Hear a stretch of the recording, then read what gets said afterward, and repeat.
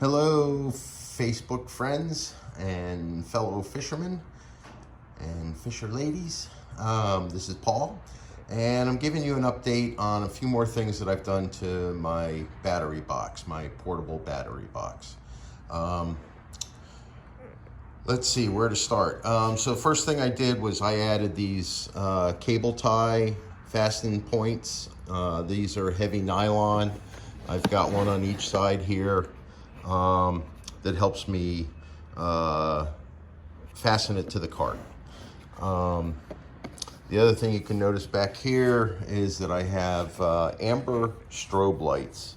I added these thinking about roadside assistance use of this box, something that you can put down on the ground while you're using the white light to shine on your car tire that you're working on or whatever. You could have the back of this box letting approaching cars know that something's going on anyway. And let me just demo that real quick here.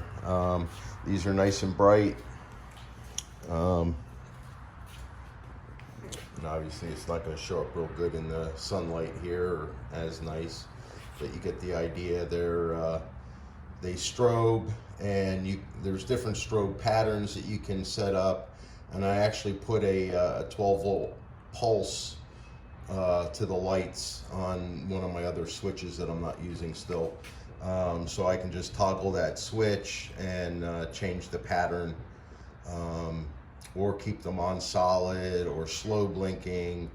I think there's a random blink. Way more options than I really need. This is kind of fine, and every time I power it off now and back on, it'll pick up with the last selected pattern. It's just a feature of the flashers that I bought. The other thing that I've done is added a master switch here.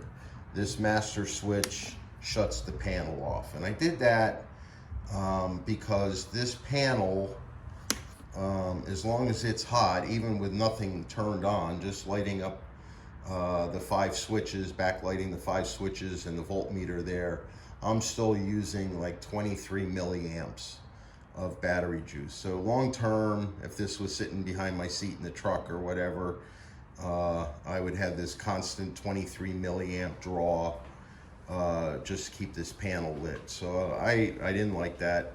So in series with the main power going to this set of switches, I put a kill switch in basically. So when I turn that off, it shuts the panel off. So that's a new addition.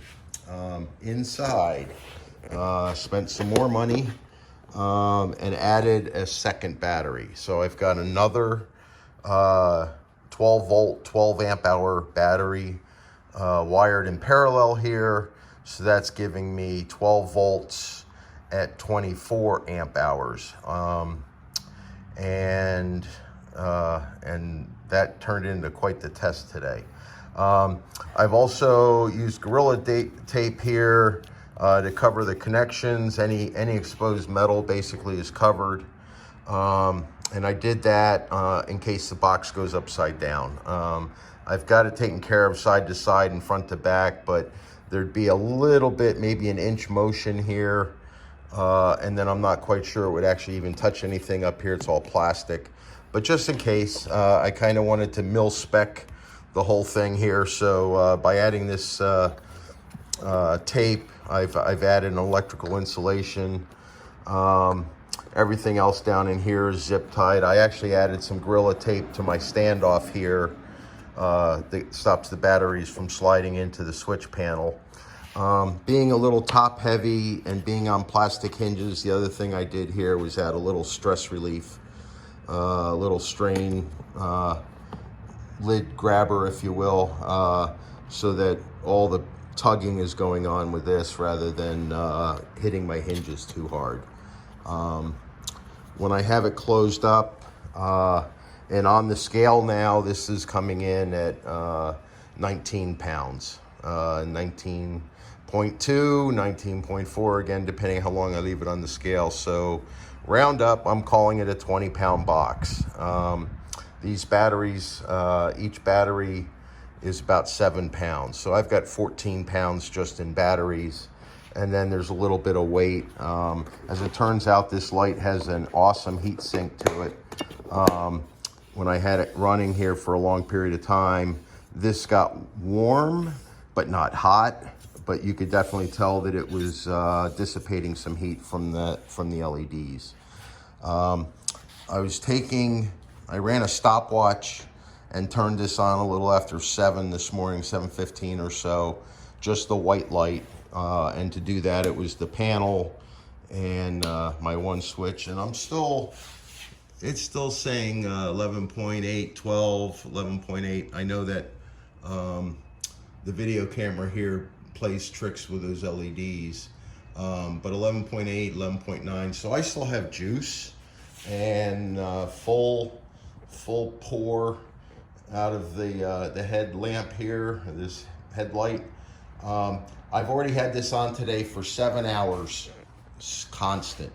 I'll attach some pictures, and what I was doing was propping up my timer on my phone, leaning it against this and taking a picture of the timer and what my voltage reading was at the time. And the lowest it got was about 11.7 from a starting point of about 12.2, 12.3, and it actually rides up a little higher than that. I think the panel here shows 13 when the battery charger's all done. But as soon as I take the battery charger off, it drops down to like 12.2, 12.4, somewhere in there. So that's where I let it. I left it on a charger overnight to condition the new battery a little bit, get it used to its new home in here. So I had the charger, and again, the charger now, I put a little chafing, again, using Gorilla Tape here, just so if it constant, years down the road, rubbing back and forth on top of the plastic here, it's gonna wear into the Gorilla Tape before it wears into the wires.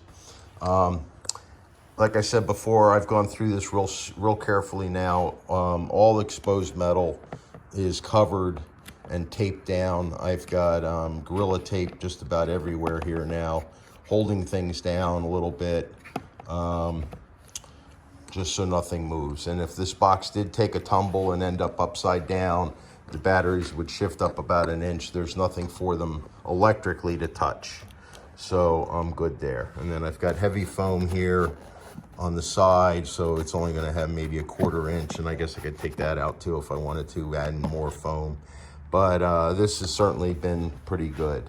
Don't want to trust myself totally with this small plastic handle. I don't know what this box is really rated for, but when it clicks, then one other thing I've done, just something that's going to rust until I do something better. But I've put this little clip there so that if I'm carrying this and this by chance pops open, I'm not dumping the whole thing by doing that. That clip here is going to hold the lid. So totally like an emergency thing, but I didn't want to run a chance of walking around with that, bumping into something or torquing the lid or the base and having this thing pop off. Like I said, I've got about 20 pounds of stuff now, which might be right at the edge of the comfort for what this utility box was built for. I mean, I guess it was meant for, hand tools and drill bits and stuff. Typical little toolbox. The other thing I did with my multimeter here is I set everything up in series, couple alligator clips to do everything, and I put myself over here onto current and did amperage draws on everything. So looking down my paper here, up front here, just some quick Ohm's law here. Total watts is created by multiplying your voltage by current. So the white light is, the whole system's 12 volts. My white light is drawing 2.2 amps. And doing that, so I've got about 26.4. I would guess that the manufacturer probably called that a 28 watt light. If you go less power or less wattage, obviously your battery life is going to improve. but the panel only was drawing about 23 milliamps. The white light is 2.2 amps. The red lights by themselves was nothing, 116 milliamps. And even the amber strobe light with everything it can do and going on and off and blinking and all that was only on an average, or actually at the high, I had memory turned on the meter, and so the highest it ever got was 200 milliamps. So everything all on, every switch I've got turned on would be about 2.5 amps. The total weight, 19 pounds, like I said, I round up, and then Curiosity, each battery was 7 pounds. Over here is a parts list. I guess you guys can pause this if you want to go through everything. I'll attach some pictures in the post, some screenshots of some of the parts here. I guess, I've gotten myself up to about $225 now. But batteries are not cheap. 28 bucks a piece. The switch panel was 40 bucks by itself, 29 bucks, so on. You can see this as you go through. And again, some more current. So, and then I'm calling everything with everything turned on about 2.5 amps. So those are my notes to myself after doing some measurements here with my meter. And of course, some text messages and some advice and, hey, Paul, why don't you do solar?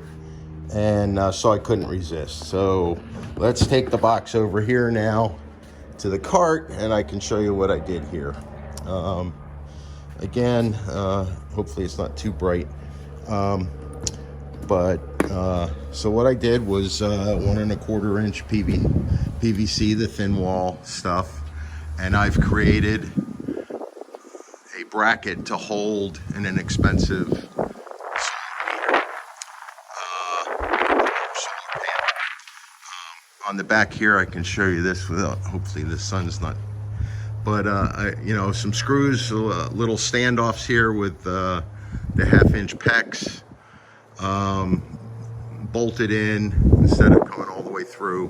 I did that all the way across on both sides, and then I tried to get fancy with a paddle clip, like a kayak paddle clip. But as it turned out, the paddle clip was a little bit too big of a diameter, even when I tried to add a little piece of PEX to the outside to give this part of it a little thicker diameter. There was still just enough weight on this solar panel where it would just kind of droop. I was thinking I could be able to rotate up or down, not that the sun's ever going to be down, but and it turns out that this panel is very sensitive anyway, so I've hardwired it, if you will, on an angle here with a stainless steel push pin, and it's spring loaded, so I can just pull this pin and this whole thing will pop off this CV or this PVC. Sitting in one of my rod holders. So as you can see, I can rotate this wherever the sun's at, and I can get the best angle. We'll have to see what happens with a strong wind. I'm going to end up with a wind vane here, and so I can see the wind pushing this thing around. So if that happens, I'll figure out a way to maybe just wedge something in down there so that it has a lot more resistance. So I had to, so let's play with that for a second here. Using my same connection that I used for the battery charger, what I'm doing with that and now with this. So I played with I had a I guess what they call gender bend. Male and female were not where I wanted them to be to line up to an input here to this. And so when the thing is not on, I don't know if you can see that, it's kind of a red light letting you know it's not doing anything basically on the panel itself. And then when I plug in, I'm gonna have to put the phone down 1 second. I need 2 hands to do that. So I've quickly plugged it in. The panel's now showing 12.1, and the panel up here went green. So that lets me know the electrical connection's good and it's actually supplying juice now. I measured this little bugger and he actually kicks out like 24 volts. 24, 22 volts. So batteries know how to regulate that kind of stuff when you when you feed it into a battery. So you're not hurting the battery any, and it's going to charge and take that current. But anyway, so I guess a curiosity now, since I just ran this whole thing for 7 hours, it's still full of spunk and still capable of doing everything it wants to do here, including putting that white light back on. It does not care that I've basically run half the duty cycle. If I do the math, basically I've got 24 amp hours, and if I'm running at 2 amps, that lets me know, the rough math would say I could run this for 12 hours doing 2 amps. But I don't need, I didn't want to push it. I didn't want to run it all the way to gosh knows where the voltage would have quit. But I did half a duty cycle. Basically, I ran it down for about 7 hours. So 6 hours would be a half 50% duty cycle. So anyway, that's the update. Let me know what you think. And like I said, I'll put a bunch of pictures together also. Talk to you later.